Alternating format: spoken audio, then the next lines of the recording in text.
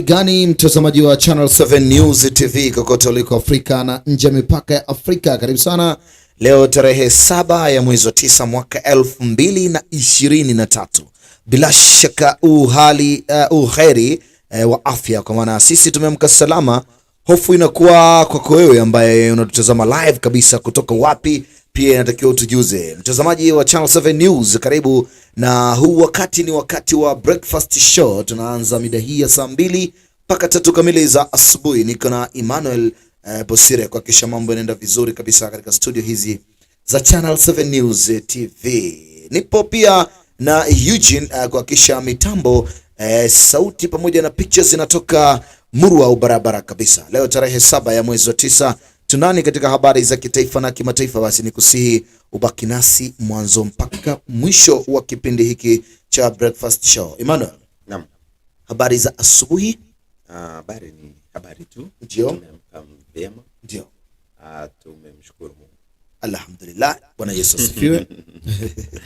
Nimesema kwa wingi tume. Unatumia wingi wakati ukishaona ndugu zako wawili watatu wameamka salama, si ndio? Naam, na kuweza kufika hapa ndio kwanza kuleta mpango mzima wa breakfast show. Barabara kabisa. Naam, moja kati ya taarifa ambazo kutoka hapa nchini na nje ya mipaka nchi tutakujuza hapa, lakini ACC yaagizwa imrudishie Oparanya shilingi milioni 2 stakabadhi zake. Lakini pia jinsi Kenya ilivyotumia kongamano kuu la ACS 2023 kujipigia debe kuvutia watalii. Hiyo ni fursa ambapo pia tutaangalia hapo. Lakini mwanamke azuiliwa kwa kumiliki ngozi ya nyoka kiharamu. Lakini kwa taarifa nyingine, kongamano kuu la ACS 2023 la kamilika na wito ukitolewa kwa mataifa kumpiga adui mmoja. Adui ni nani? Tutakuja kumfahamu hapa. Lakini meli ya chakula cha msaada ya wasili bandarini Lamu kule Mombasa. Fideli Wangari, mwanamke wa kwanza kuwa mwenyekiti wa Embakasi Ranching. Hii ni taarifa pia ambayo tutakujuza mtazamaji wa Channel 7 News TV. Kimataifa, tuko na taarifa ambayo inasema Uingereza inafanya msako mkali dhidi ya mshukiwa wa ugaidi kutoroka jela. Huku na kule, Marekani yaipatia Ukraine makombora ya mizinga ya urani iliyorutubishwa. Taarifa nyingine inadai kuwa mahakama ya halalisha utoaji wa mimba kote nchini Mexico. Huko kimataifa, mahakama halalisha utoaji wa mimba kote nchini Mexico. Kwa hiyo sasa kama una mchumba kule Mexico na Emmanuel umenanili, basi inaweza kuwa ni rahisi. Kimichezo pia, habari za michezo na burudani tutakuwa nazo Emmanuel. Naam, ni kusihi tu mtazamaji kubaki nasi mwanzo mpaka mwisho wa kipindi chetu au breakfast show, na mengi mazuri tutakujuza. Lakini kikubwa ambacho tunakizungumzia leo ni namna watu walivyoshtuka, ulinzi ulivyoshtuka, protocols zilivyovunjwa, naweza nikazungumza hivyo protocols zilivyovunjwa juu ya mheshimiwa Raila Amolo Odinga na kuwasili kwake pale katika ukumbi wa KICC. Mheshimiwa Raila Odinga, jinsi tulivyokwisha sema, ndio ni kana kwamba mheshimiwa Rigathi alikuwa anamngoja rais. Tutaidiscuss hiyo, ndio na tunaidiscuss kwa mapana sana. Mimi ni kujuze tu kutoka maktaba leo kuna nani Emmanuel? Leo kwenye maktaba leo kama ya leo, tarehe kama ya leo.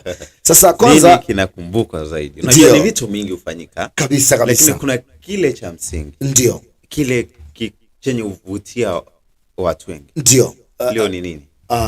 Mengi yanafanyika kama alivyosema ndugu yangu Emmanuel, na hususan haya yanavyofanyika manake tuna vitu vingi vya kujifunza. Emmanuel, leo kuna taarifa na habari fulani kuhusiana na masuala ya mashine za incubators. Unazifahamu zile? Hizi za kuku hizi. Hizi za kuku hizi. Lakini pia kuna incubators za watoto au za binadamu. Si ndio za kusupport machines, za life supporting machines. Yes. So, ziko in a different way. Yeah. Hata minyama ya porini, I know there are ones. Ndio. Ile ambao pengine kuzaliwa kwao siku zao hazijafika. Ndio. Ama kusambaratishwa kwa vitu fulani. Kabisa. Kama kuku napata kwamba kuna yule kuku ukimwekea mayai akaweze kuyalalia ili akaangua vifaranga. Kuna wale ambao hawawezi kuangua mayai zaidi ya 5. Ndio. Na unaona kwamba tuko katika dunia ambao tuko watu wengi. Ndio. tukiweza kuyategemea mayai haya matano yatachukua muda sana kama taifa kuweza kupata kile chakula. Lakini tunapopata mashine sasa za kutumia umeme ambayo inaweza ungua hata mayai 1000, basi tunapata kwamba we are competing in the country and you must come with new life supporting machines. Safi kabisa. Umeelezea vizuri sana, lakini incubator hizi za watoto ambazo nazungumzia leo, kwanza ni incubator ambazo zenyewe ni kama uzio wa kudhibiti unaofanana kama kisanduku hivi, ambao pia mtoto mchanga anaweza kuwekwa katika mazingira yaliyodhibitiwa kwa uchunguzi na utunzaji, si ndio? Kifaa hiki pia kinaweza kujumuisha hita, feni, mule ndani kuna kuwa na hita, kuna kuwa na feni, lakini mule ndani kuna kuwa na chombo cha maji ya kuongeza unyevu, lakini pia kuna kuwa na vali ya kudhibiti ambayo oxygen inaweza kuongezwa na milango ya kufikia kwa huduma ya uuguzi. Lakini pia incubators za watoto hutoa mazingira bora kwa mtoto wako kustawi. Lakini pia watoto wachanga, haswa wale waliozaliwa kabla ya wakati, wanaweza kuwa na shida kudhibiti joto la mwili wao, si ndio?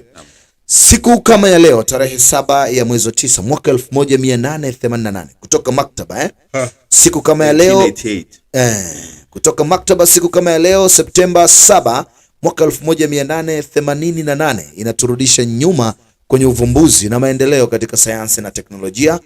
Kutoka maktaba, siku hii leo tunakumbuka Edith Eliano Emslin. Huyu ni mtoto wa kwanza kuwekwa kwenye incubator katika hospitali ya State Immigrant katika kisiwa cha Wards, New York, Marekani.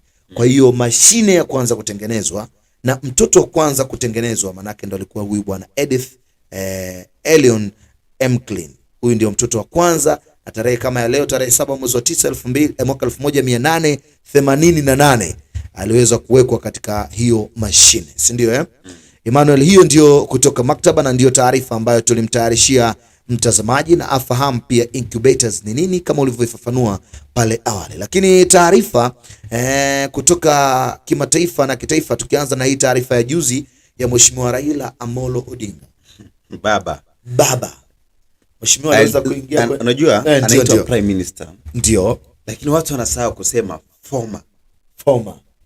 Sasa kama Uhuru Kenyatta si president sai, ndio haizi to president Kenyatta. Our current president is William Ruto.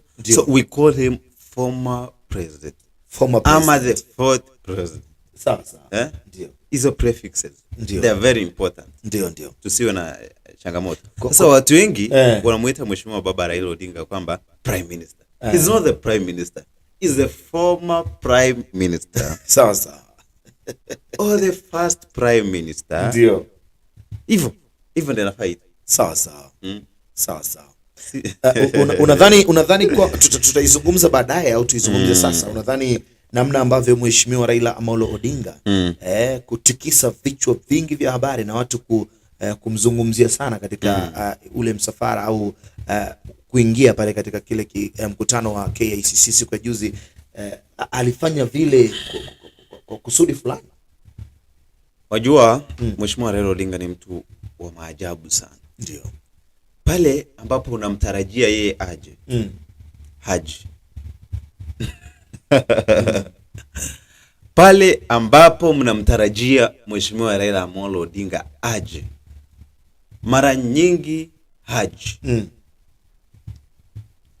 Pale ambapo hamtarajii kama Mheshimiwa Raila Amolo Odinga, mnampata pale amekwisha fika na ameleta kisirani kwa njia fulani. Mheshimiwa Raila Odinga ni kama kwamba hakualikwa. Ndio. Hakuwa na nafasi yake katika mkutano huu ambao unaendelea pale KICC. Uliendelea ndio. Hivyo Mheshimiwa Raila Odinga kuja kwake vile vile ndio kulileta shida fulani. Kwamba Mheshimiwa Rigathi Gachagua anamsubiri sana Mheshimiwa Rais aweze kumkaribisha. Inakuaje si rais anayempokea, anampokea Mheshimiwa Raila Odinga? Kwanza hiyo inaleta hofu katika kitengo kizima cha ulinzi. Unajua haya ni makosa. Kwamba mumemtayarisha naibu wa rais kumsubiri rais. Katika kule kumsubiri, hapa katikati anakuja adui. Unajua kuna yale mawasiliano kutoka gate A na ukumbi kwamba sasa rais anawasili, yuko karibu, tokea hivi msubiri aje ukamkaribisha mkaingia. Sasa inakuaje? Unajua hiyo inaleta hofu sana katika kizima ni sahihi. Kwa inakuaje? Alipita wapi? Na what I know, wale ambao walimruhusu main gate wanataka wataeleza katika ulinzi wa rais. Lakini mara ya kwanza inaonekana Mheshimiwa Raila Amolo Odinga wakati anaingia kuna ulinzi ambao ulikuwa kule nyuma na tayari inawezekana walishamfanyia uchunguzi na kukagua na kumruhusu kupita na walimruhusu kupita, ndio maana alipita. Lakini sasa communication inawezekana ilikuwa kati ya walinzi wa gate kuu au mlango mkuu kuingilia na hawa ambao walikuwa pale wakisubiri ujaji wa Mheshimiwa Rais. Lakini pia bado hatuna uhakika kama Mheshimiwa Rigathi Gachagua alikuwa pale kwa ajili ya kuwapokea viongozi wakuu au alikuwa pale kwa ajili ya kumpokea rais tu. Na ndio maana Mheshimiwa Raila Amolo Odinga alipoingia au aliposhuka kwenye gari bado Mheshimiwa alibaki. Maana kuna mtu inawezekana au kuna kiongozi mkubwa alikuwa anamsubiria. Sasa alionekana kuwa ni mtu ambaye ameshuka sana. Ni kweli kwa sababu hata wale walinzi namna ambavyo walimpokea ni kama walikuwa wanatoa taarifa kwamba ni nani huyo, lakini Mheshimiwa Rigathi Gachagua karuhusu pite, ndio maana akapeana mkono na kuruhusu kuingia. Lakini hata ingetokea wewe unadhani ingetokea Mheshimiwa Rigathi Gachagua asingeruhusu Mheshimiwa Raila Amolo Odinga kupita, nini kingetokea? Hiyo ingekuwa mambo mengi sana. Kwanza ingeleta shida nyingi. Si kazi ya naibu wa rais kumzuia kiongozi kama Raila Odinga, sio kazi yake. Sawa, bali ni kitengo kizima cha ulinzi na usalama, ama kuwe na ule mpangilio. Unajua kuna mtu unaweza kosa kumwalika lakini akija uweze mfukuza kabisa. Sasa akishafika tena mnapangilia haraka mnaona namna gani anaingia kati. Sasa hebu pengine tutatazama tuone ni nini kile ambacho tutazame video ili Emmanuel kidogo pia upate kuona nini ambacho kiliweza kuendelea siku ya juzi. Mheshimiwa Raila Odinga pale ambao hutarajii kama atakuja, hapo ndiye anakuja. Sawa. Na vile anavyokuja huwezi elewa. Ndio. Unapita lango, unajua kuna malango mengi.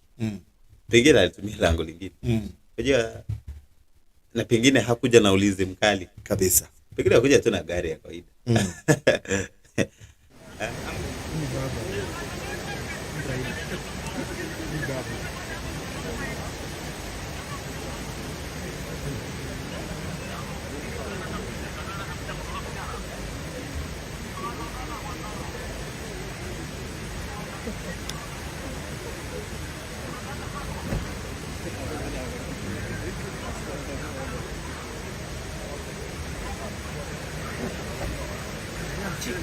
Down.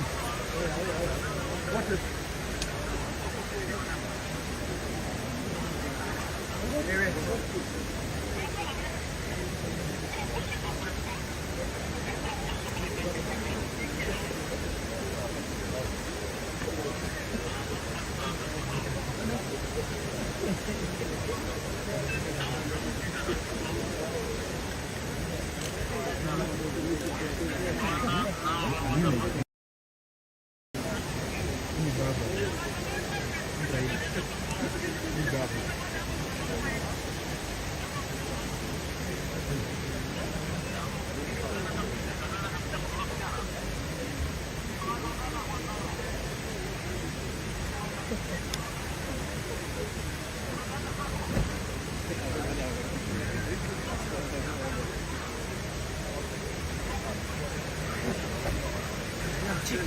down.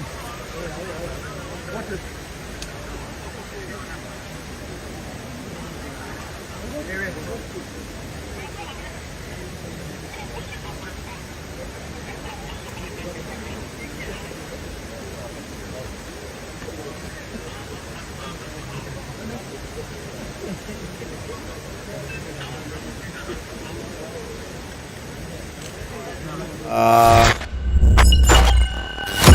Ndugu yangu Emmanuel, umepata kuona gari la mheshimiwa Raila Amolo Odinga likiwa linaingia pale, lakini viongozi wakiwa katika majukumu yao, ameni walinzi wakiwa katika majukumu yao, utendaji kazi wao, na tumepata kuona namna ambavyo mheshimiwa Rigathi Gachagua, makamu wa rais, alivyokuwa akimpokea mheshimiwa Raila Amolo Odinga kuweza kuingia katika lango kuu na kuingia katika ukumbi ambao umetayarishiwa viongozi kuketi na kusikiliza kinachoendelea.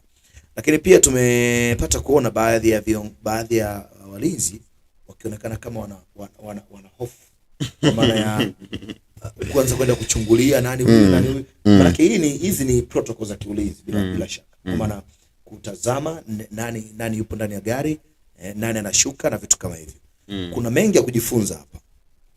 Moja kati ya kitu cha kujifunza hapa, mkutano mkuu kama huu, ndugu yangu, hauwezi ukafika bila ya kuwa na mwaliko.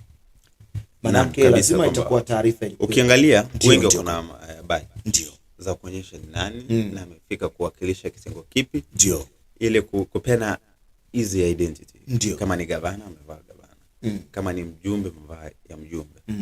Kwa hivyo ni kweli kwamba huwezi fika pale bila mwaliko. Ndio. Na inaonekana kwamba mheshimiwa Raila Odinga hakuwa na mwaliko. Ndio. Amekuja pengine sababu ya mwaliko wa dakika za mwisho, ama kutokana na ushawishi wa makundi ya kimataifa, au pengine watu wanapofika mahali. Unajua ni utoke na taifa seme Nigeria. Umekuwa ukimsikia Raila Odinga. Wewe ni rais. Umekuwa ukimsikia mheshimiwa Raila Odinga kama mpinzani. Unapofika katika taifa hilo na kumkosa, inaleta maswali fulani. Na pengine unaweza uliza wapi yule Raila Odinga? Na wageni wenyeji wako watafanya njama ya haraka kukueleza vile amepotea huyo mtu mnemtafuta. Huyo mtu mnemtafuta unamuulizia. Ndio. Na kisha tena mataifa, unajua international community has more power than you. So if United Nations want to see mheshimiwa Raila Odinga come and address, they'll give him an invitation, direct one.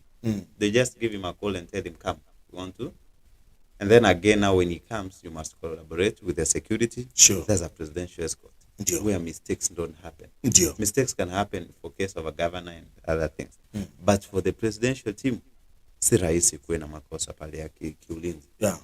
Na aswa makosa ya kiundani.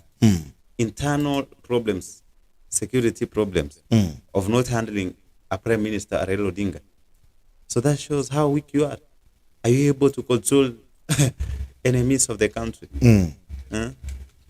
So to that point, mheshimiwa Raila Odinga inakuwa kwamba hakuweza kukaribishwa katika mkutano ule, na ingawaje kama alifika kutokana na ushawishi fulani, ama mwaliko wa dakika za mwisho ambao ulimpata off guard.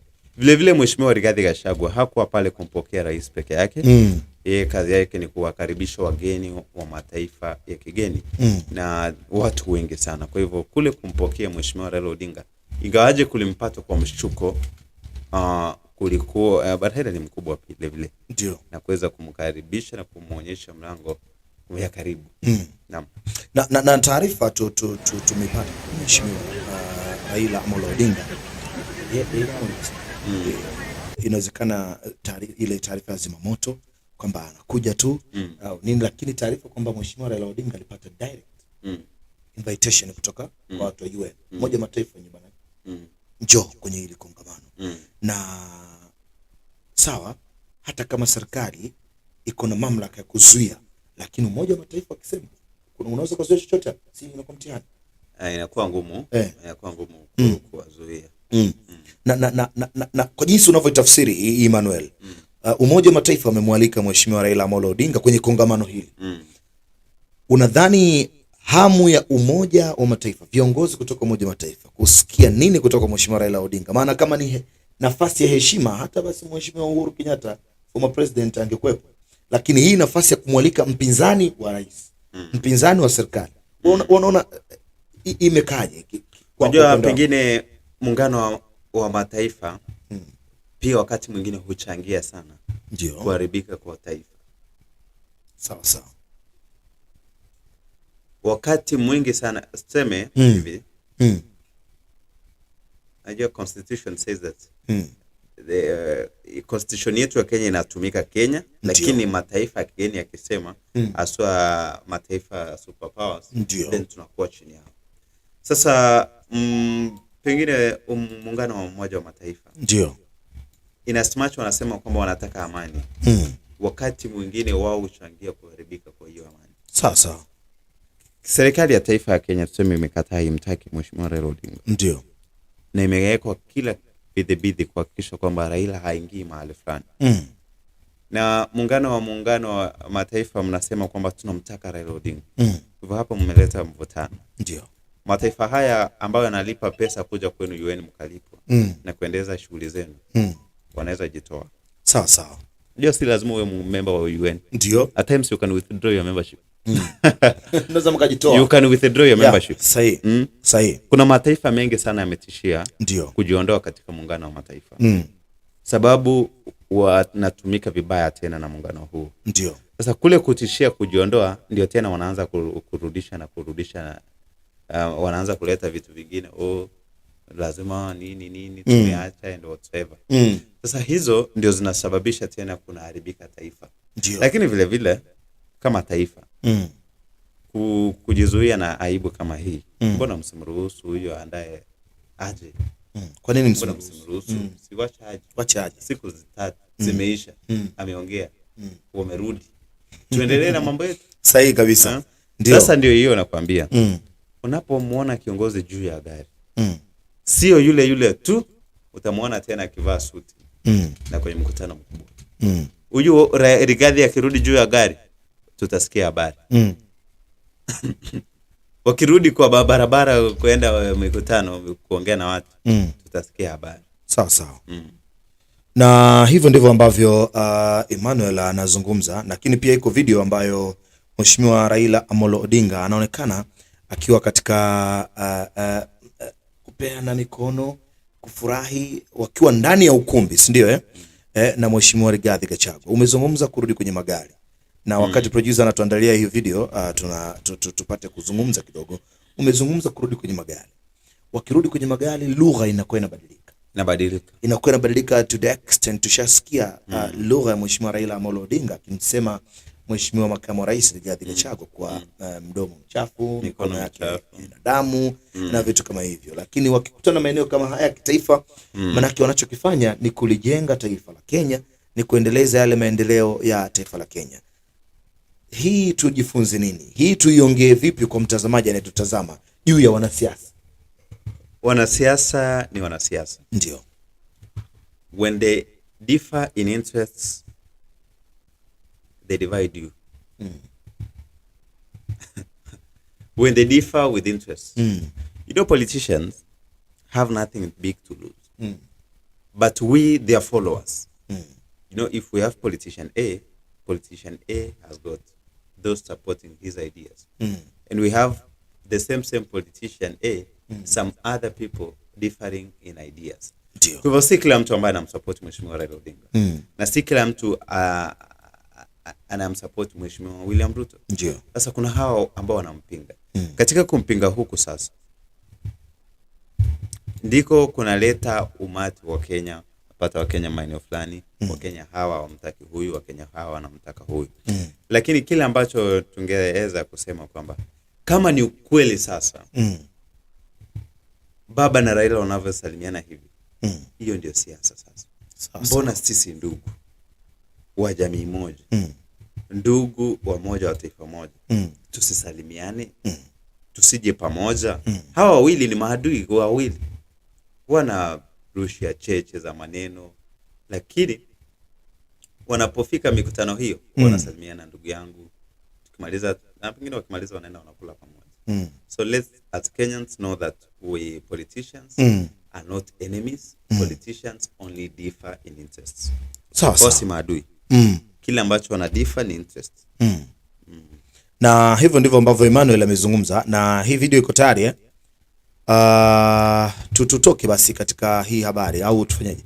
tutoka katika habari. Kikubwa ambacho kipo ni kwamba Mheshimiwa Raila Amolo Odinga aliweza kuwa na Mheshimiwa Rigathi Gachagua katika salamu zile, si ndio Lakini mbali na hayo yote tulipata kumuona au kumshuhudia Mheshimiwa Rigathi Gachagua akiwa katika furaha kweli kweli. Akiwa katika furaha kweli kweli katika kumsalimia Mheshimiwa Raila Amolo Odinga. Na hii kikubwa ambacho amezungumza Emmanuel ni juu ya udugu, kudumisha udugu, lakini pia viongozi wetu hawa waishi katika ile zile kanuni za ujamaa, maana sisi wote ni wamoja na tunajenga nyumba moja, kwa nini tukimbilie vitu? Kwa hiyo hayo ndio maneno ambayo ulitamani kumuona Mheshimiwa Raila Amolo Odinga akihutubia pia. Nini? Want to see. Alifika. Pewa nafasi. Aliongea. Aliongea nini? Okay. Hakuongea, lakini ulitamani uone anaongea nini, si ndio? Sasa ndio watu wengi ambao wangetarajia sana kuweza kutarajia sana Mheshimiwa Raila Odinga akaweza kufika pale na kuweza kuongea. Na Mheshimiwa Raila Odinga kiongozi ndio wa wengi. Hapo ni wakati Rigathi akirudi tena kwenye kumbi. Ndipo Mheshimiwa naye anamsalimia. Ndio. Na kuuliza hamu yako kubwa ambayo ulitamani Mheshimiwa Raila Amolo Odinga azungumze ilikuwa ni kuzungumza kwa Wakenya juu ya nini? Tafsiri yangu ni kwamba, au swali langu linalenga kwamba ingeonekana Mheshimiwa Raila Amolo Odinga anazungumza pale. Lakini angezungumza wapi? Angepata nafasi ya kuzungumza pale angezungumza wapi? Sababu ni protocol. Kwa sababu mimi ninachokiona ni kwamba hapa angezungumza wapi? Kwanza angezungumza kama prime minister. Is no longer prime minister. Ndio. Is in opposition. And in our country we don't have an opposition in parliament. So you don't have an office. So you're outside. So protocol yake ingewekwa wazungumze wapi? Tuliona kwenye lile kongamano la ugatuzi. Ugatuzi Odinga alipata nafasi. Ile ilipatikana. Na alizungumza. Ile ilipatikana, akamaliza. Rigathi akakuja, akaongea. Na yeye akamaliza. Rais alienda siku nyingine. Sasa hii ni mkutano ambao unawakutanisha watu wa Kenya. Iko na naibu rais, yuko rais na kuma rais wa mataifa. Kwa hivyo kazi ya naibu rais hapa ni kukaribisha intano au mataifa ongee. Unapomaliza amkaribishe rais. Rais awakaribishe marais wengine. Tena rais awakaribishe muungano wa mataifa. Sawa. Protocol. Sasa Raila angejipata maana na sasa angepata nafasi ya kuzungumza, wenda angezungumza matatizo ya Wakenya, which is pale kunatakiwa kuongelewa na maendeleo. Pale si matatizo ya Wakenya. Pale inatakiwa yazungumze maendeleo. Pale ni mambo ya climate. Hata Peter alijipata pagumu Salasia. Kujaribu kusema mambo ya climate change hata mimi sielewi. Amesutwa sana na viongozi na hata mtandaoni. Kwa hivyo when you go to a meeting, first go with the agendas. Agenda ya mkutano huu ni upi? Tunataka tuzungumze nini? Fanya research. Fanya research. Jua hii ndio inataka kuzungumziwa. Haitakiwi. Na watu wanasema ikiwa video na playwa hiyo, hapo video, tazama video ambayo Mheshimiwa Raila Amolo Odinga na Mheshimiwa Rigathi Gachagua wakisalimiana. Watu wanasema miongoni mwa wakuu wote wa nchi, mtu pekee ambaye alikuwa anamvutia Mheshimiwa Rigathi Gachagua ni Mheshimiwa Raila Amolo Odinga. Namna ambavyo alikuwa anamkaribisha, anaenda kwake na salimiana naye, anasema inaonekana wataalamu wanasema ni mtu pekee ambaye alikuwa anamvutia kiutani, wanasema kiutani, lakini Rigathi is a truthful man. Pengine alikuwa anamuuliza, baba ulifikaje hapa? Ndio. Ulifikaje? Ufunga kila mahali umefikaje hapa? Umefikaje hapa? Kwa hiyo inawezekana ni mmoja kati ya kiongozi ambaye alimvutia. Hiyo hapo video unaona Si mvutio. Watu wanavyosema kwamba Rigathi Gachagua alivutiwa na Mheshimiwa Raila Amolo Odinga. Namna ambavyo Mheshimiwa Raila Amolo Odinga amekaa kwenye kiti lakini ameinuka na hadi wana shake hands na kumshika bega pia. Kwa maana kazi safi. Anasema huyu yenyewe ni tinga. Sema huyu ni tinga. Sawa. Umefikaje hapa? Umewezaje kuingia katika hii milango? Ni mwanzo tu, watu wengi hawajakaa. Basi ndio iko hivyo. Mheshimiwa Raila Amolo Odinga, namna ambavyo alikuwa anawasiliana na Mheshimiwa Rigathi Gachagua na namna ambavyo watu wanatafsiri kwamba ilikuwa ni furaha, amani, lakini pia ndivyo ambavyo kama alivyozungumza ndugu yangu Emmanuel, namna ambavyo viongozi hawa wameweza kukutana, maanake ni kuonyesha umoja katika taifa letu la Kenya, lakini pia kuonyesha namna gani Kenya iko pamoja na vitu kama hivyo. Huenda mwaliko huu ulikuwa ni kutoka UN kama watu wanavyosema, mwaliko ulikuwa ni wa UN moja kwa moja, lakini chochote ambacho kinaweza kuzungumzwa hapa kinaweza kikawa pia ni sahihi, kwa maana ya Mheshimiwa Raila Amolo Odinga kupata nafasi ya kusikiliza na kutazama nini kinajiri katika kongamano hili. Kongamano limeisha, Emmanuel. Mheshimiwa Rais Mheshimiwa Ruto ameweza kuzungumza mengi, lakini mambo kadhaa ambayo ameweza pia kuyazungumzia ni kupigana, mataifa ya Afrika yaungane kupigana na adui umaskini. Na si unajua one of the 17 ndio developmental goals for United Nations. Ndio. One, the main one is to fight poverty. Ndio. Hiyo ndio ya kwanza. Lakini how do you fight poverty? When the gap between the rich and the poor increases. So. When there are high unemployment rates. When there is high cases of corruption. When Kenyans are suffering. When the prices of commodities are high. How do you fight poverty? You see, number one, as a country, we have many challenges. So, and then when you are adding us the burden of climate change again, we as a country without money went to struggle. So what the president was telling them, now more empower us, give us money with long-term repayment period, with low interest. So when you give a developing country like Kenya a loan from World Bank or International Monetary Fund, and you give them a long repayment period, and give them a low interest, so they are able to continue fighting poverty. They want to fight for essentials in a country. They want to create more employment opportunities and even improve the living standards of citizens in our country of Kenya. But now again, what's happening at the moment is that as a country we have a huge debt. Tuko na deni kubwa sana. Deni hii inaombwa na interest ya juu sana. Na muda wa kurudisha interest ni mchache sana. So taifa letu la Kenya, when you go to a budget, in every year when we have a budget formulating process, we have money allocated to paying debts.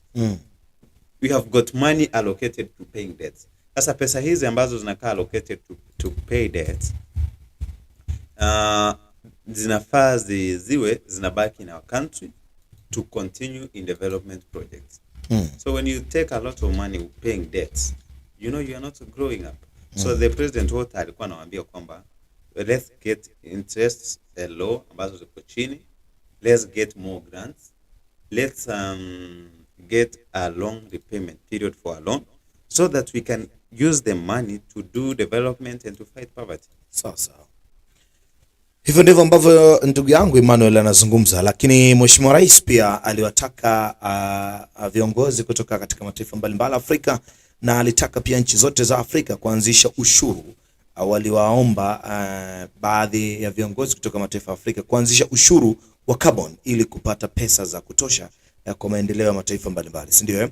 Hii ni video ambayo inamuonyesha Mheshimiwa Rais akizungumza hivyo au akiyasema hayo siku ya jana katika kongamano lile ambalo liliweza kuendelea na kufikia kilele siku ya jana juu ya mabadiliko ya hali ya hewa au tunaweza tukaita mabadiliko ya tabia nchi 2023, ililenga zaidi kwenye masuala mazima ya uhifadhi wa mazingira. Tumsikilize Mheshimiwa Rais wa Jamhuri ya Kenya, Mheshimiwa William Ruto akizungumza, na hii ni Channel 7 News TV. Karibu. I think the other option that we need to have a conversation about is carbon tax. This is a very controversial thing, but it is the right thing to have the conversation about. However controversial it may be, I mean, we need to have a conversation about carbon tax. If we are to raise the scale of resources needed for energy transition, we must have a conversation about carbon tax. In fact, the numbers speak to it. The IMF has actually done a lot of work around it, and they have told us it is possible to raise 870 billion shillings from carbon tax. The only problem that IMF is pointing to us is that there is insufficient political will. And there are challenges with political will. Surely, faced with an existential threat to humanity, aren't we able to muster the political will to achieve this? And let me give one more thought around it. The EU Parliament has already considered FTT, the financial transaction tax, as a means of raising resources to deal with climate change. And in fact, they've gone all the way to their parliament. So the idea of a carbon tax is no longer remote. We must have it firmly on the table. And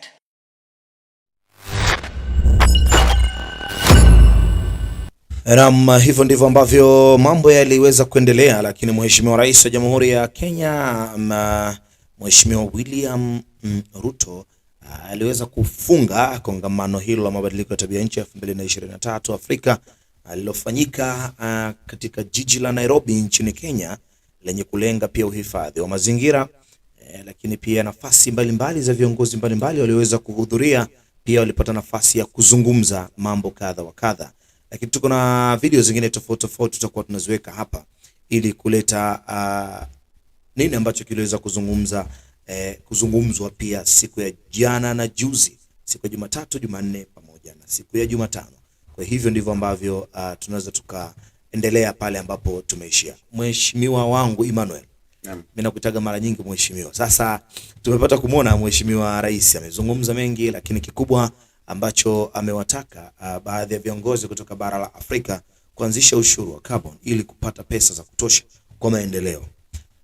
Tunavyozungumzia haya maendeleo ambayo Mheshimiwa Ruto anaona kama ni maendeleo ambayo bara la Afrika inatakiwa tu achieve, ni maendeleo ya kubadilisha pia mfumo ambao tunaendana na mazingira.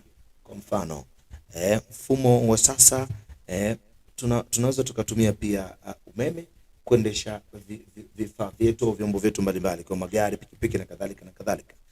Unadhani maendeleo haya ambayo Mheshimiwa Rais anayazungumza au Mheshimiwa Rais anawaambia watu wengine, viongozi wengine kutoka Afrika wafanye, sisi tayari tuko satisfied? Ni jambo tu analileta liwe geni, ndio kwamba amesema kwamba limejaribiwa kuwepo, lakini mataifa mengi hayajakubaliana nayo. Hivyo kule kukubaliana nao ndio amejaribu kuwarai kwamba wakaweza kuungana, wakakubali ili tuanze kuwa na carbon tax. Ndio. Aswa hiyo inalenga industries, so that from an industry we have a carbon tax. But again, haijatusaidia kama taifa. Kuna wale watu ambao watataka kuepuka hiyo tax, watumie mbinu tofauti. Kwa hivyo kule kutafuta mbinu tofauti ya kuleta carbon taxes ndio encourage kuwe na uvumbuzi zaidi hata katika sekta ya umeme na sekta zingine za nguvu kuweza kupunguza kuwepo na carbon. Naam. Maoni, kuna baadhi ya watu walikuwa wanatoa maoni siku ya juzi na jana. Watu wanasema gharama ambazo tunazikwepa ni gharama ambazo pia ni kama zile. Mfano, wanasema lita moja mafuta au lita mbili za mafuta za kuendesha katika gari ni namna ambavyo unaweza kutumia unit za umeme the same, ikawa na gharama zile katika hayo matumizi au gharama, jumuisho ya gharama. Watu wameambiwa kuwa, au baadhi ya watu wamewaambia hawa watu pia kwamba hizo gharama zinaweza kuwa zinalingana, lakini tunaweza tukasolve issue ya mazingira. Kwa Emmanuel, comment iko vipi? Hapa watu wanatakiwa kuyatunza mazingira, lakini waendane na gharama ambazo ziko juu au ziko kawaida na gharama ambazo wamezizoea, au wakwepe utunzaji wa mazingira ili wapate gharama cheap? Nini ambacho hasa tunapata kushindwa kuelewa vizuri? It is a competition. Ndio. And in a competition, we want a fair competition. Bidhaa za carbon hazijapigwa marufuku. Ndio. Ziko bado. Sawa kabisa. Na stima imeleta competition. Bei yao ni same. Bidhaa za carbon watarudisha bei chini kidogo. Watu wataacha tena stima. Sawa sawa. Tuendelee kuharibu mazingira. Sababu at the end of the day what we want is affordability in our life to move on. Sawa sawa. We don't want a scenario whereby affordability iko high and then sasa kama hizi bidhaa za stima, watu wengi aswa magari na pikipiki, watu wengi walidhani kwamba bei yao ingekuwa chini kuliko hizi zingine ambazo tumezoea, lakini unapopata kwamba bei ni sawa ama imekaribiana na ile nyingine, basi watu wanashindwa sasa wachague gani. Sasa nawaacha katika njia pana ya kufanya uchaguzi ama uamuzi. Kwa hivyo kufanya huo uamuzi inawapa kazi ngumu sana. Naam. Lakini pia tuna video ambayo inamuonyesha Mheshimiwa Rais William Ruto akiwa na viongozi au marais wa Afrika Mashariki, marais wa Afrika Mashariki katika ikulu ya Nairobi. Hii hapa video ambayo akizungumza nao basi tuione. Mheshimiwa Rais wa Kenya, Jamhuri ya Kenya, akiwa na marais wa Afrika Mashariki.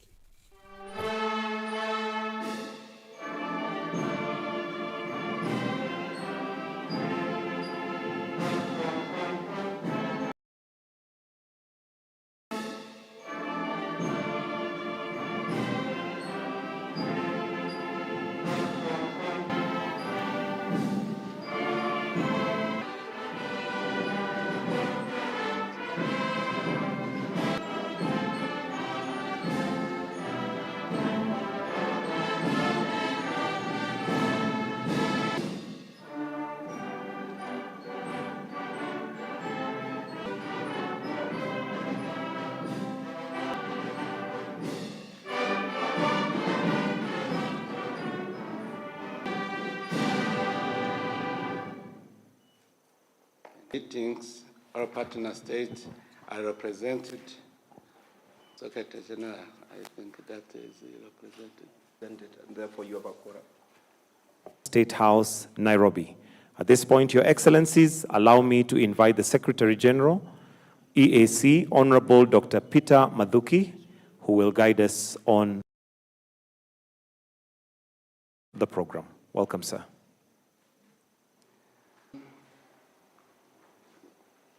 Good evening. I have time to come to attend this session. I am grateful to the host and the people of the Republic of Kenya for the warm hospitality extended to all our respective delegations since arrival in Nairobi. Session of 22nd, time to come to attend this session. I am grateful to the extended to all our respective delegations since arrival of our meeting. To order of us are represented. It is true that all the partner states are represented, and the 22nd Extraordinary Summit of the East African Community Heads of State held today, the 5th September 2023, in Nairobi, Kenya.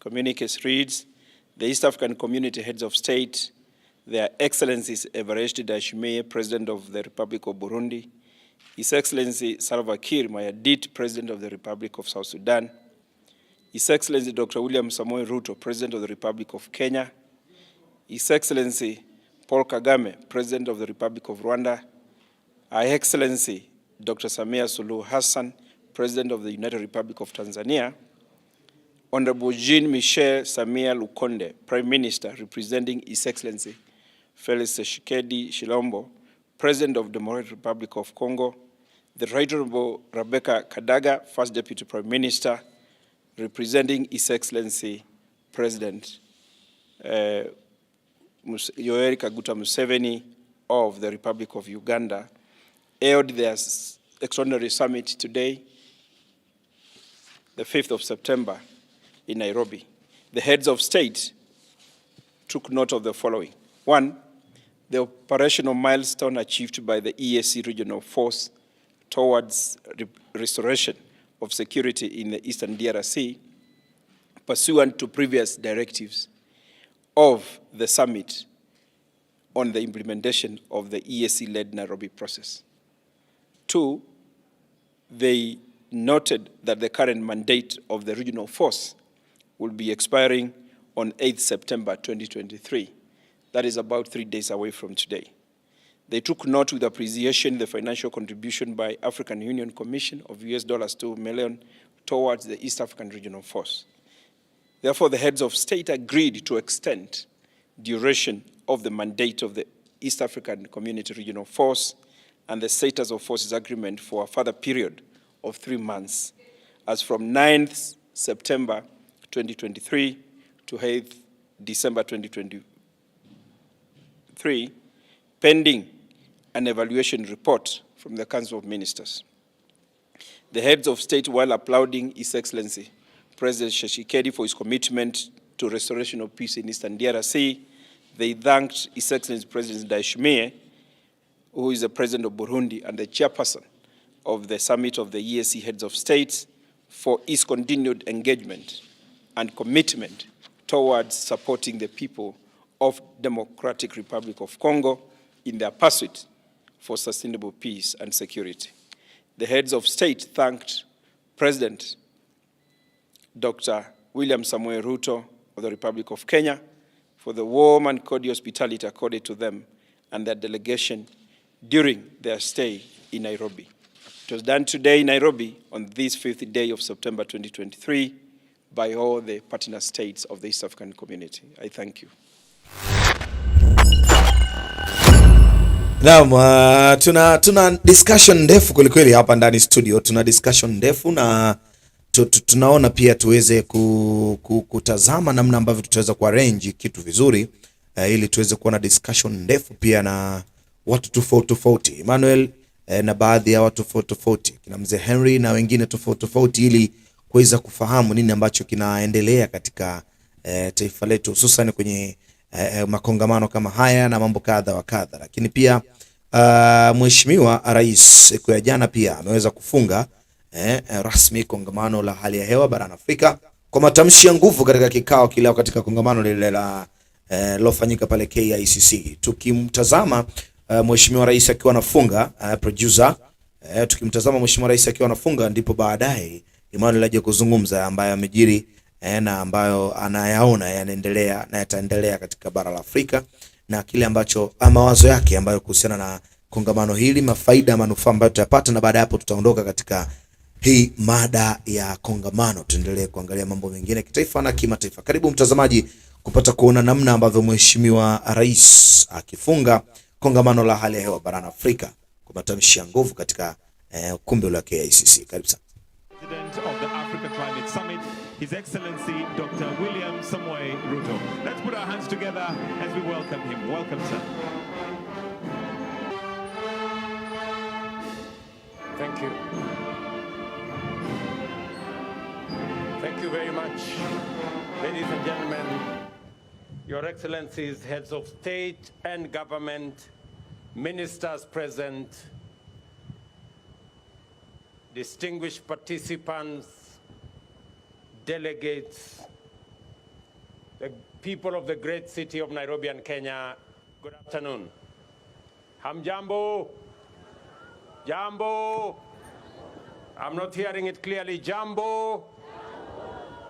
This week, African leaders from government and the private sector, as well as academic, scientific, technological, philanthropic, and civil society sectors converged in Nairobi to confer, consult, deliberate, and formulate consensus on a clear, new, bold, innovative, transformational, and distinct African position on how the international community must engage with the undeniable climate emergency that is threatening human well-being and life on our planet.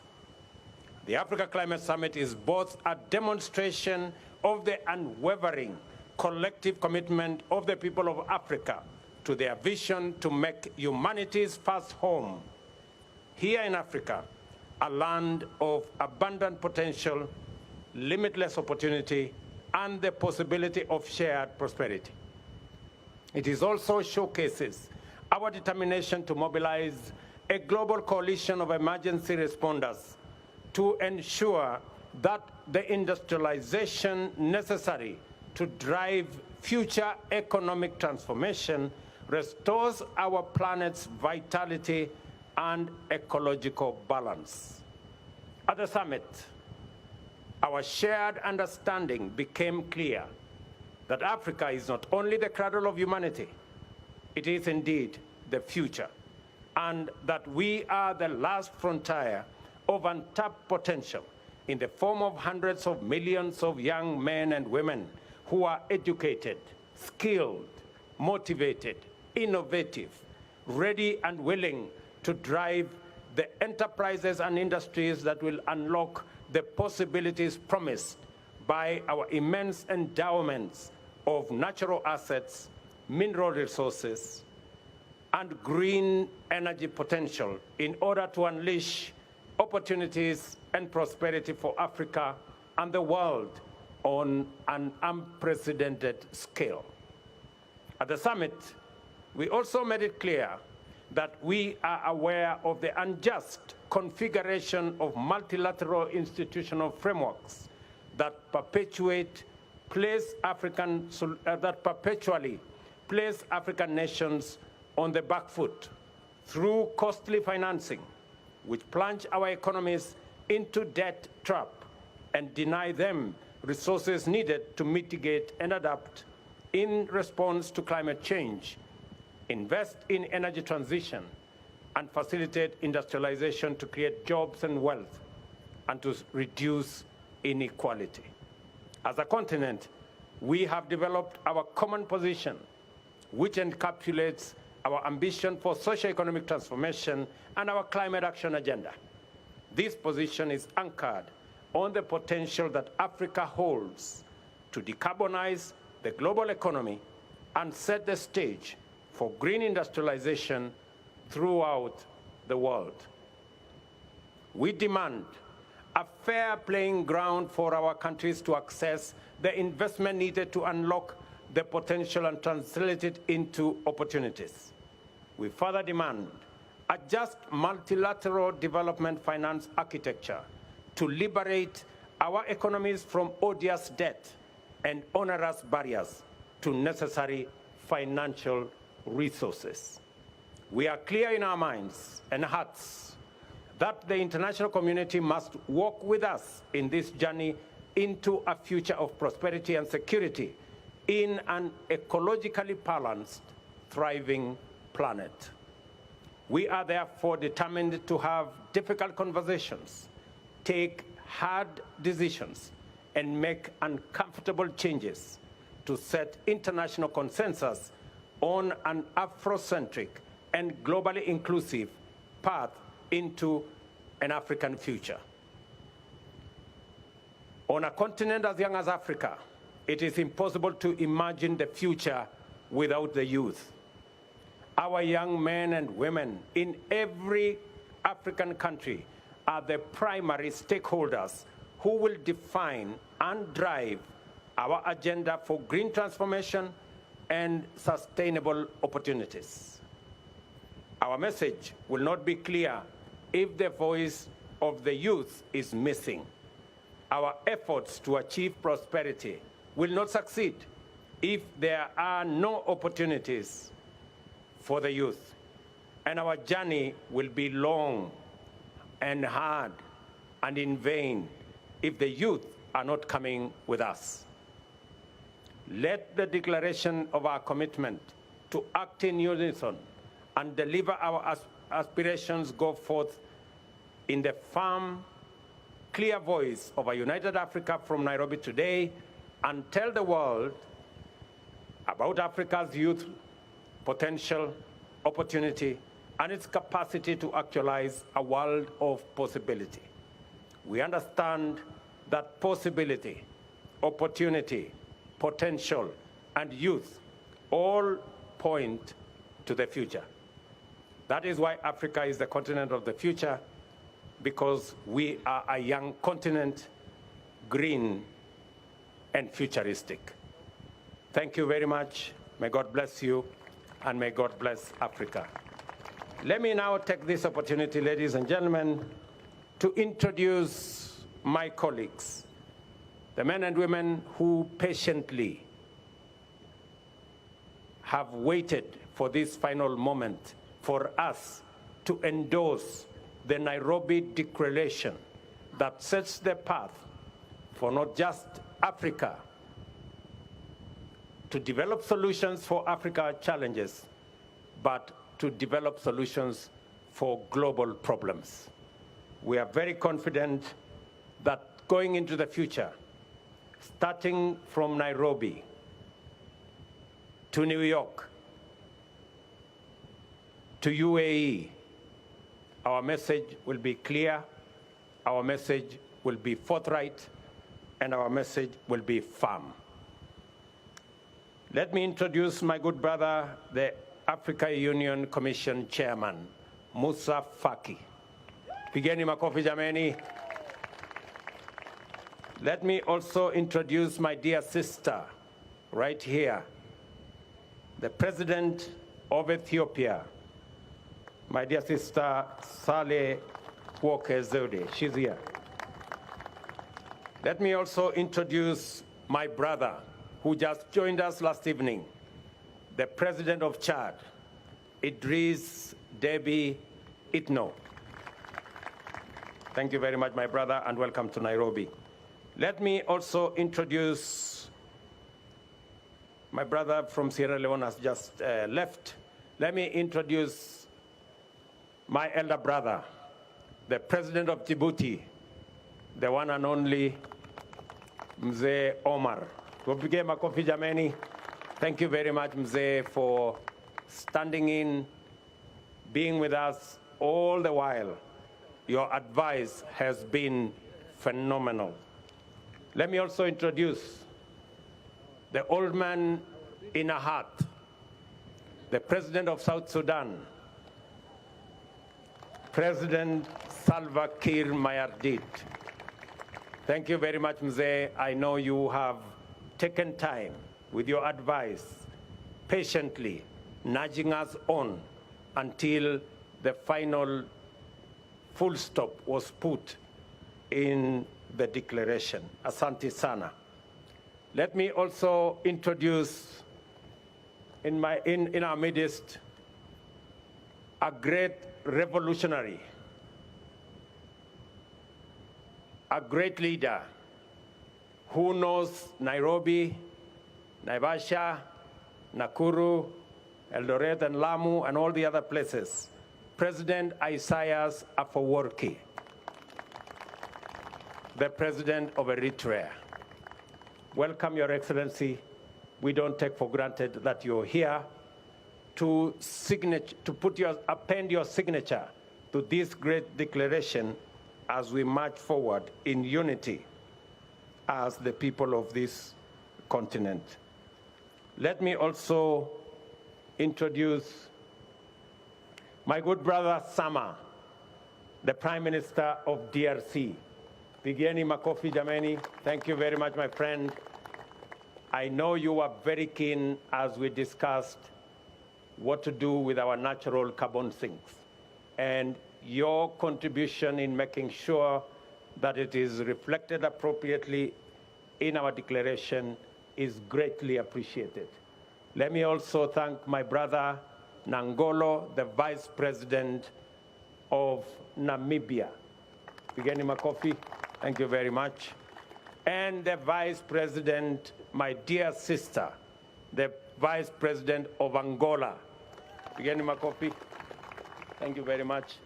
And of course, our sister Patricia Scotland, our Secretary General of the Commonwealth. Beginning my coffee, thank you very much. And of course, the grandfather of Africa, Baba Olusegun Obasanjo. he was right here to make sure that we never try to do the wrong thing. Thank you very much, Mzee. And you have supervised us all the way. I tried to persuade him that we can do the rest alone, and he said no, just in case you make the wrong step last minute. So that's why he is here. Let me also recognize my brothers ministers who are here. All the ministers, thank you, and heads of delegation. I really want to appreciate our first ladies. They're right here. My good brother, the Deputy Prime Minister from Somalia, thank you very much for coming. And all the dignitaries, forgive me if I didn't mention your name directly. It in no way say your contribution was any less. We appreciate everybody who has been here. Thank you very much, Nairobi, for welcoming all our guests. Thank you very much, the people of Kenya, for welcoming all our guests. My very best wishes as we march on with the Nairobi Declaration into the next destination. Asanteni sana, God bless you, and God bless our great continent. Thank you very much.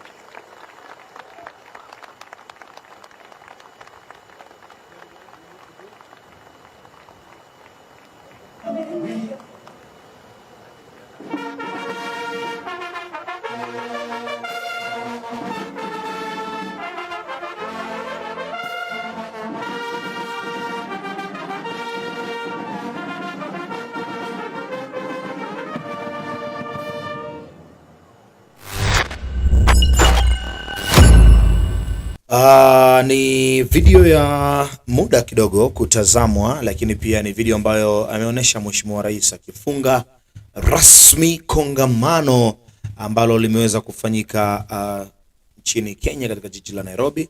Kongamano hili la hali ya hewa ama mabadiliko ya hali ya hewa lakini barani Afrika mwaka huu 2023 limefanyika katika jiji la Nairobi nchini Kenya. Lakini mengi ameyazungumza Mheshimiwa Rais na baadaye kutoa shukrani zake za dhati kabisa kwa watu tofauti, viongozi tofauti ambao waliweza pia kuhudhuria. Lakini pia moja kati ya kauli yake ambayo nimesikia akisema ni kuhusiana na ile hamu ya kuona vijana pia wanashikwa mkono katika hili, na vijana pia waweze kwenda sambamba kufahamu namna ambavyo mabadiliko haya yanatokea na namna ambavyo wao watapiga kasi za kimaendeleo pia katika shughuli zingine ambazo Mheshimiwa Rais ameweza kuzimention. Mimi binafsi nimefurahishwa pia na umoja huu ambao Afrika wanajaribu kuonyesha. Wenda yale ambayo yamezungumzwa mule ndani, speech mbalimbali zilizo kuzungumzwa mule ndani, ikiwemo ile speech ya Afrika tuungane pamoja, basi ili mambo yaweze kuwa mazuri, namna kwenda katika taifa fulani kutumia visa pia inakuwa mtihani, kama vile Rais wa Jamhuri ya Kenya alivyozungumza juu ya Afrika. Afrika ni nyumbani kwa Waafrika, kwa hiyo hakuna haja ya kutembea na makaratasi nikiwa naitembelea Sudani. Hivyo ndivyo ambavyo mimi binafsi nimekoshwa na kushawishika. Emmanuel niko naye hapa kudadisi na kudadavua mawili matatu ambayo yeye pia amepata kuona na kushuhudia. Emmanuel, umepata kuona kongamano limemalizika hivyo salama salmin. Tunamshukuru Mungu. Vipi kwa upande wako, nini ambacho umejifunza na nini ambacho unatamani sasa kitendewe au kitendwe baada ya kongamano hili? Hotuba imesemwa, matendo yafuate. Ndio. Ndio naweza sema kwa ufupi kwamba hotuba imesemwa, speech nzuri sana. Sasa fanya matendo. Actions speak louder than words. Unaweza fika uongee venye unaweza tuchukua mbinguni, lakini we want to see actions. Sasa We want to see actions. Give the money, use the money mtakuwa vizuri. Saidia taifa la Kenya. Ndio. Saidia wa Kenya, saidia wa Afrika. Saidia humanity. You are in a leadership position to help improve the lives of others, not to request the lives of other people. ndio. Hivyo ndivyo ndugu yangu Emmanuel ameweza kuzungumza, na mimi siku zote nasema kama Emmanuel ikasema hivyo, mimi nimeweka nukta hapo. Lakini tumepata kuona kongamano limemalizika salama salmin.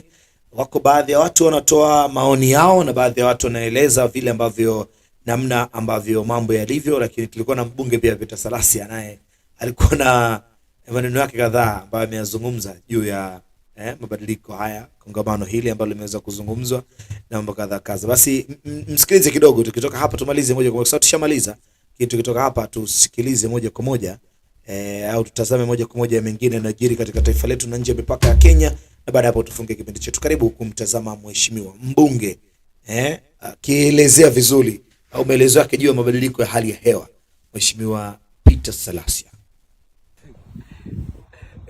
Asa wajua jana mimi najiuliza, mimi nilikuwa nimeenda stare zangu huko. Mimi hata sikuwa mtu wa climate change. Sasa hivi kwa hapa Kisumu tunaongea mambo ya sukari.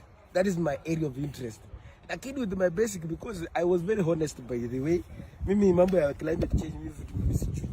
Lakini wakati waliniuliza swali, waliniambia ati mambo ya climate change kweli yenyewe Mombasa was cold. Mimi nilisema, and by the way I can't tell you the truth, was cold. Niliuliza swali, wakaniambia it's because of global warming. Na global warming inaletwa na nini by the way? Sinaletwa na mambo ya climate change. Sasa watu wengine wanafikiria tu mimi nasema, na nilisema kwa hiyo clip ya kwamba watu wanatumia kuni. Kwani kuni sinatoa carbon huko juu. Hii inafanya nini? Sio, and that's why hata jana tulikuwa na mzungu alisema kwamba it is hard to fight climate change in Africa because of poverty and because people the way of people living, and that is what I said. Lakini watu wengine kwa Twitter wanatusi mimi, wanasema mimi ni clone, wanasema mimi sigini mjinga, ati mimi akili yangu ni kama nywele yangu ni nyasi. Niliwaambia nyinyi na kizungu yenu, kama mnaona niliongea vibaya, mwende msimame kura na hiyo kizungu yenu. Kwa sababu mimi nilijua, nilielezea in layman's language. Munyola shembore, mmesikia? Huyo ni mbunge Peter Salasia akizungumza akiwa huko kwake huko, lakini kikubwa ambacho amezungumza ni namna ambavyo watu wanamletea jokes kwenye mitandao ya kijamii, the way alivyoelezea yeye mabadiliko ya hali ya hewa na vitu kadha kadha. Kenya ndio wewe ukitaka kuwa adui wa Kenya, sema ukweli. Ukitaka kuwa adui wa Mkenya, sema ukweli. Una maana gani? Taifa letu halitaki watu ambao wanasema ukweli. Mheshimiwa Peter Salasia alisema ukweli. Mimi, my area of interest, where I have been elected from Mumias, is sugar. Mimi, my area of interest, watu walionipigia kura wa Mumias, kitu wanataka niwafanyie ni maendeleo ya sukari, maendeleo ya kulima, si mambo ya climate change. Ni kweli waheshimiwa wengi waliokuwa pale, hata wale waliopeana hotuba, hawajui wanachokisema ni nini. They don't understand. Wengi wao ni wachache tu ambao wamefanya research, lakini wengi wanapata secondary information. Secondary information ni hii kwamba kuna sikia kiongozi fulani amesema mbona climate change, unajikita kwa hiyo maneno round, lakini wengi hawajui kile ambao alisema. Na yeye alisema honestly, mimi sielewi mambo ya climate change. Kwa kweli sielewi. Kile ambacho najua inaweza sababisha climate change na global warming ni climate change. So yeye akasema climate change, global warming. Climate change, global warming. Sasa akasema enyewe mimi sielewi. Sasa kama mtu amesema sielewi, mbona tena muanze kumsumbua mtandaoni eti wacha wale ambao wameelewa, they have done research, wamekaa in climate change committees, wamekaa mambo na environment committees, but yeye na watu wa Mumias East ambao walimpigia kura, at the end of the day what they want is development of essential things like sugarcane. Ndio imekuwa talk, mambo ya ukulima, mambo ya basari za watoto, mambo ya elimu. Hayo ndio yako important kwa watu wa Mumias na Magharibi na hata Kenya mzima kwa ujumla. Si yeye peke yake. Mheshimiwa Olekina alisema hivi, ndio acha kukaa Nairobi mkifanya mambo na summit siku 3. Enda kwa desert, toka hapo enda kwa desert, fanya mkutano huu, ona jinsi watu now go and see practical. Don't come and tell us, if we do this and this, go and see how people are surviving in those areas, how they are having challenges. Ndio utaelewa. Naam, Emmanuel amezungumza hayo, lakini tukizungumza habari zingine za kitaifa kabla tujienda kimataifa, Mwanamke mmoja ameweza kuzuiliwa katika kituo cha polisi Mombasa baada ya kukubali kosa la kumiliki ngozi ya chatu yenye thamani ya shilingi 100,000 kiharamu. Bi Mary Nzala Taura mwenye umri wa miaka 50 alipatikana na ngozi hiyo nyumbani mwake katika eneo la Half London lililoko Changamwe, huku akidaiwa kuwa alikuwa katika harakati za kuitafuta soko.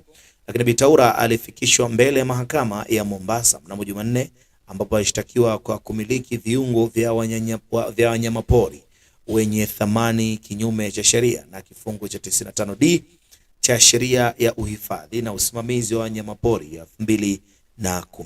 Mahakama ilisikia kwamba mshukiwa alificha ngozi hiyo ya chatu kwenye mfuko wa plastic uliokuwa ndani ya mfuko mwingine. Mfuko wa plastic ulikuwa ndani ya mfuko mwingine. Mshukiwa huyo alidaiwa kuhusika katika biashara hiyo haramu bila kibali kutoka kwa mkurugenzi mkuu wa shirika la huduma la wanyamapori KWS.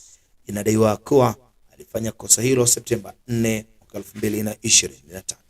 Hivyo ndivyo Emmanuel, moja kati ya habari ambazo tumewaletea watazamaji kitaifa ni kuhusiana na hiyo habari, si ndio Lakini pia meli ya chakula cha msaada, tukibaki kule Mombasa, imeweza kuwasili bandari ya Lamu. Meli ya MV African Swan imetia nanga bandarini ya Lamu ikiwa imebeba shehena ya njegere, mtama na aina nyingine ya chakula cha msaada kutoka kwa shirika la mpango wa chakula duniani WFP.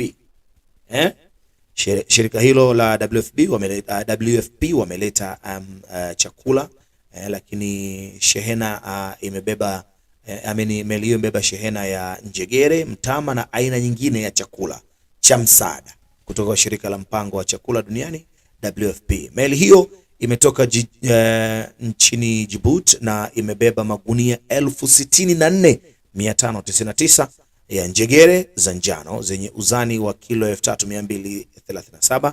Pia imebeba magunia 80,000 ya mtama uzani wa kilo 4,009.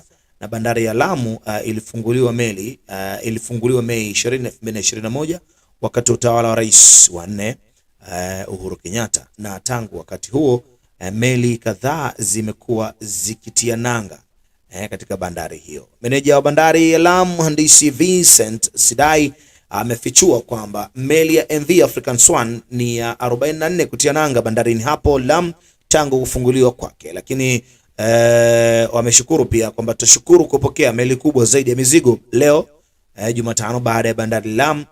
Meli hii ya MV African Swan imetoka nchini Djibouti na imebeba shehena ya vyakula ikiwemo mtama, njegere na lakini pia na vyakula vingine. Lakini pia msaada ulifadhiliwa na WFP.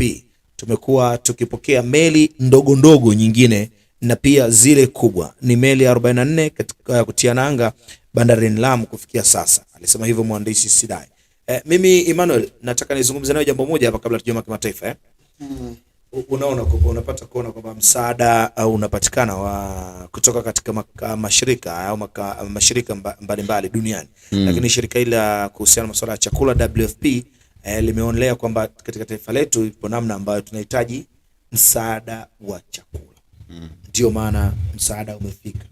Japo inawezekana ikawa sio kutosha, lakini at least wana boost. Namna ambavyo tunalitangaza taifa letu, namna ambavyo tunastahili kupigania adui njaa. Kuna haja gani ya kuweka effort, kuweka nguvu kwa serikali kwenye kudhibiti kwanza janga hili kabla tujienda kwenye maendeleo mengine ambayo yana discussiwa au kujadiliwa? Ni kweli kwamba bei ya unga imekuwa juu sana. Ndio. Na si kila mwaka tunapata chakula cha msaada. Ndio. Kila mwaka. Lakini mwaka huu imeongeza.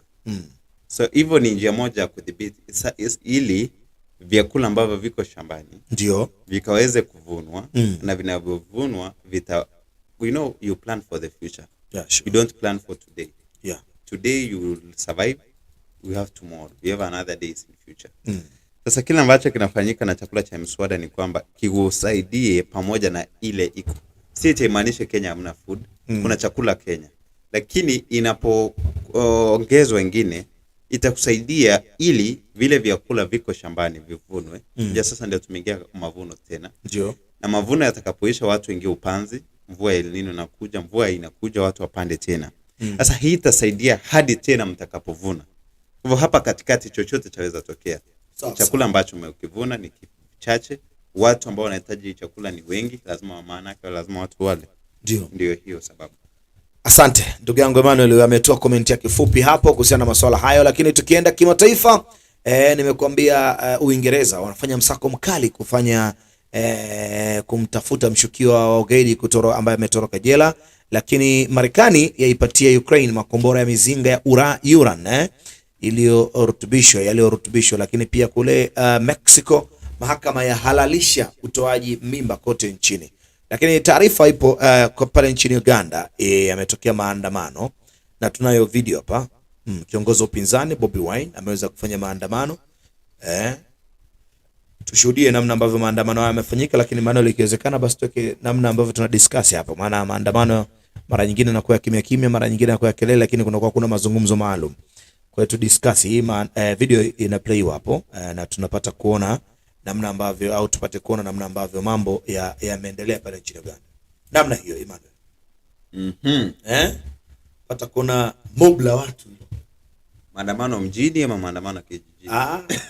Hii maandamano mjini. Maandamano mjini Emmanuel. Lakini sio maeneo ya Nairobi, Kampala. Sio maeneo ya Kampala, ni nje kidogo ya Kampala. Watu wamejitokeza na nguo nyekundu, kofia nyekundu. Ndio. Wakiongozwa na Bobi Wine. Maandamano ya kweli. Unajua maandamano yanapotokea katika taifa, ndio kaka, yameruhusiwa. Kumekuwa na maandamano. Ndio. Hadi taifa ya USA. Ndio. Maandamano yamekubaliwa na katiba. Ndio. For peaceful demonstrations. Ndio.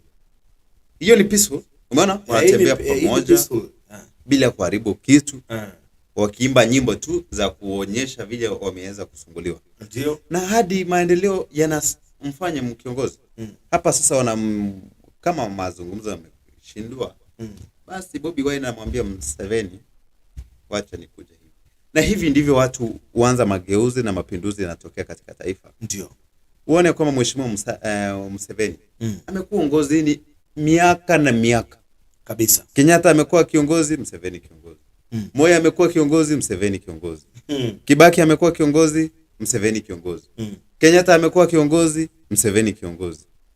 Ruto ameingia kiongozi, Museveni kiongozi. Kwani hivi inamaanisha vipi? Unaona watu hao wote hao ndio hawa wamekataa uongozi wa Museveni. Museveni kijana yake amempa ulinzi. Bibi yake finance. Familia yake yote, na royalty in Uganda is very bad. And this is affecting as our country. You want to stay in office until you die, so that people come and condole with their family in large numbers, where you've done nothing at all to be remembered for the people of that country.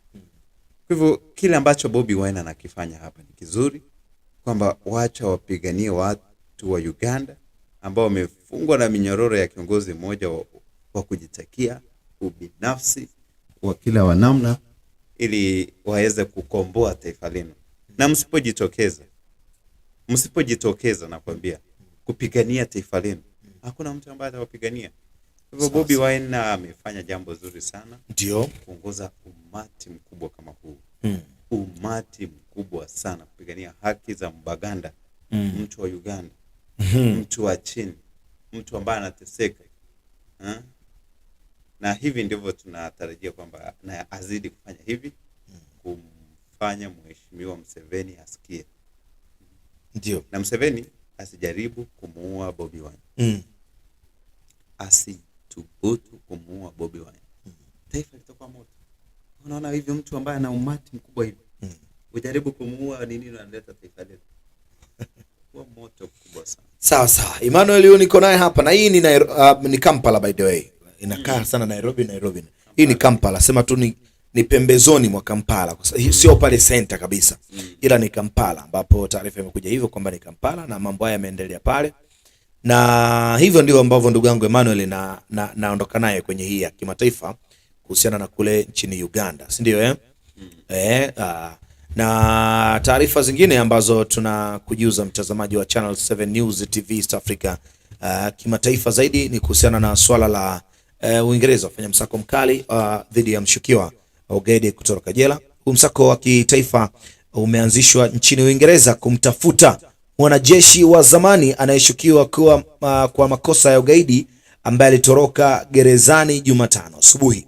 Daniel Abeid Khalif mwenye umri wa miaka 21 alikuwa akisubiri kesi katika HMP Handsworth mjini London baada ya kushtakiwa kwa kuacha mabomu bandia kwenye kambi ya kijeshi. Inaaminika alitoroka kupitia jiko la gereza kwa kujifunga kwenye sehemu ya chini ya gari na kupeleka chakula. Akagiza ukaguzi wa ziada wa usalama katika uwanja wa ndege wa bandari umesababishwa na ucheleweshaji wa safari kwa muda mrefu, lakini jeshi la magereza linafanya kazi na polisi wa jiji la London ili kuweza kuchunguza kwa haraka jinsi bwana Khalif alivyoweza kutoroka. Hiyo ni taarifa kule nchini Uingereza, lakini haraka Marekani yaipatia Ukraine makombora ya mizinga ya Iran iliyorutubishwa. Lakini Marekani imetangaza kuwa itasambaza makombora ya mizinga ya Iran kwa maana uranium yaliyorutubishwa kwa Ukraine kama sehemu ya zaidi ya shilingi bilioni 1 kwa maana ya euro 800 milioni katika msaada wa kijeshi wa kibinadamu. Urusi ililaani hatua ya kuipa Ukraine mizinga Marekani ya Abrams na silaha zenye utata zinazoingia hadi kwenye mavazi ya kujilinda dhidi ya silaha. Tangazo hilo lililotolewa huku Ukraine ikishutumu Urusi kuwaua watu 17 katika shambulio la kombora eneo la sokoni. Hiyo ni taarifa kutoka kule Ukraine. Lakini pia mahakama ya halalisha utoaji mimba kote nchini Mexico. Kwa maana mahakama ya juu zaidi nchini Mexico imehalalisha uavyaji mimba kote nchini humo. Lakini hatua hiyo inajiri miaka 2 baada ya mahakama hiyo kutoa uamuzi wa kuunga mkono pingamizi la sheria iliyopo katika jimbo la kaskazini la Coahuila. Lakini ilikuwa imetoa uamuzi kuwa adhabu za uhalifu kwa uavyaji mimba zilikuwa kinyume na katiba. Hiyo ni taarifa kimataifa. Lakini tukihama hapo tuende kwenye michezo na burudani. Klabu ya Al Ittihad ya Saudi Arabia iko tayari kuwasilisha dau la pauni milioni 200 kumnunua nyota wa Liverpool kutoka Misri Mohamed Salah mwenye umri wa miaka 31, lakini inahofia muda unayoyoma. Leo Alhamis ndio siku ya mwisho ya uhamisho wa wachezaji, kwa maana Telegraph usajili unahitajika. Lakini beki wa zamani wa Uingereza na Chelsea John Terry mwenye umri wa miaka 42 yuko mbioni kujiunga na Al-Shabab FC ya Saudia kufanya mafanikio yake ya usimamizi. Nimeshtuka sana Emmanuel. Al-Shabab. Nilivyosikia Al-Shabab kumbe ni Al-Shabab FC. Sasa hii klabu sijui itakuwaje. Watakuwa wanacheza na bunduki. Na majina unajua Waislamu ndio yanakaribiana mengi. Ndio. Na maana tofauti. Hiyo ni sport campaign tu. Ndio. Kwamba mataifa ya Arabia. Ndio. Arabic countries want to develop their football using the resources they have. So when you see them signing star players from EPL and all over the world to join their countries, one, they are investing to get more money. When they invest here, people would be wanting to watch. And these leagues, the FIFA will also expand their leadership to that areas to see how football is being played. Na jinsi talanta inakuzwa maeneo hayo. Sawa. Na tunapata kushuhudia hii taarifa kuhusiana na Mohamed Salah kuhitajika pale Al Ittihad Saudi Arabia. Tumeona wachezaji nyota. Unadhani kwamba inawezekana hii? Maana inawezekana, kwa nini? Si watu wanatafuta pesa duniani. Lakini mahitaji ya Misri huyu Liverpool bado anahitaji. Basi Liverpool wamlipe. Kwanza hawamlipe. Wamlipa kidogo. Unaenda unajua wachezaji hao footballers si wa talent ama kufurahisha. Ndio. They are professional footballers. Kabisa. Their living is from football. Ndio. They do nothing else. other than to play. If for you to play and improve your skills, and another team wants your services, they want to spend a lot of money in you. Sure. And what you want is money. You go there. Save your family first. Sawa. Oscar, there's this Chelsea player alikuwa nyota sana. Yeye alianza hizo mambo. Alisema my family comes first. My family comes first, and we're coming to the end of this. Hivyo ndivyo ambavyo ndugu yangu Emmanuel ameweza kuzungumza, lakini pia tuko bado hapa kumalizia iungwe ya mwisho kabisa. Emmanuel, tumepata kuona pia kipa wa Tottenham Hotspur Hugo Lloris mwenye umri wa miaka 36 huenda akasalia nje ya uwanja hadi Januari, huku mchezaji huyo wa kimataifa wa Ufaransa akiwa hajaonyesha nia ya kuondoka licha ya Spurs kupokea ofa kadhaa. Majeruhi yanayomtesa Hugo Lloris yanaleta effect gani kwa timu kama Tottenham Hotspur? Maana tumepata kuona Tottenham Hotspur bado wanafanya vizuri katika msimamo huu wa ligi na katika ligi, na tumeona katika msimamo wa ligi wamepata sare moja tu kama katika mechi zile 4. Pata sare moja na kwa sasa wana point 10 na wako nafasi ya pili juu akishikilia kileleni pale kwa Manchester City ambaye ameweza kushinda game zote 4. Hugo Lloris, kuna effect yote ambayo timu inaweza ikapata, kwa maana alikuwa ni kipa tegemezi nambari 1? Licha kwamba ni tegemezi haimaanishi kwamba tuna wengine. Ndio kaka. Ndio kaka. Tuna wengine ambao wanaweza fanya bora. Unajua ni vibaya sana kuzoea mtu sana katika maeneo fulani. Atakapokosa inakuwa ngumu tena kumpata mtu ambaye anaingia pale. Lakini anapoingia Lloris katika jeraha, kuna mwingine mwenye atakuwa akimsaidia. Naye atapata nafasi labda ya kujionyesha uhodari wake. Na pengine anaweza kuwa bora zaidi kumshinda Lloris. Ndio. Sawa na Manchester United. Unajua Manchester United imzoea De Gea zaidi. Sasa anapokuja Onana inaonekana kwamba De Gea alikuwa bora zaidi. Kwa kipindi hiki. Sawa. Hadi pale atakapoimarika tena wamzoee, ndio itakuwa changamoto. Ndio. Emmanuel huyo ndugu yangu, na maliza naye hivyo, na tumepata kuona pia taarifa ya michezo nyingine kwamba Sergio Ramos amerudi kwenye waajiri wake, mabosi wake wa zamani, kwa maana ya Sevilla.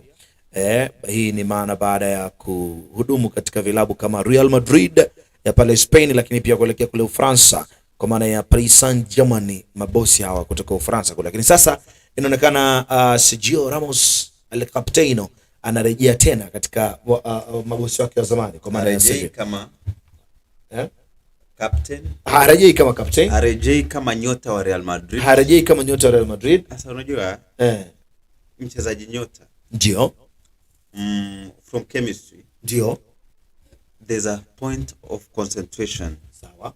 You have low point, you have a high point, and you have a point of concentration. Ndio. Wakati wa Sergio Ramos akiwa sweetest kwa mpira wa kandanda akiwa Real Madrid. Sawa. Sasa the concentration yake na uzuri wake umeanza kupungua. Graph inapungua. Uzee unaingia.